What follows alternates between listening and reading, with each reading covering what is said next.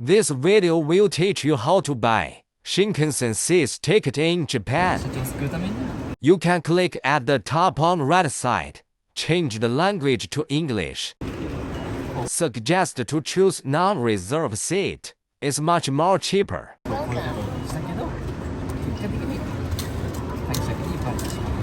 And choose the station that you want to get off.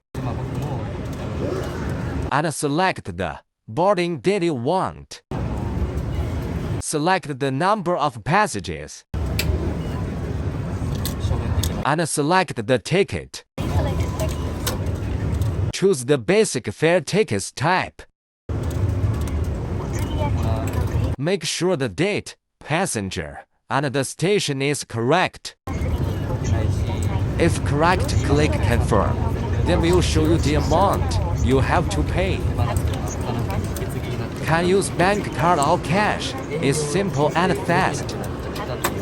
Hope this video is helpful. Remember, like, share and subscribe.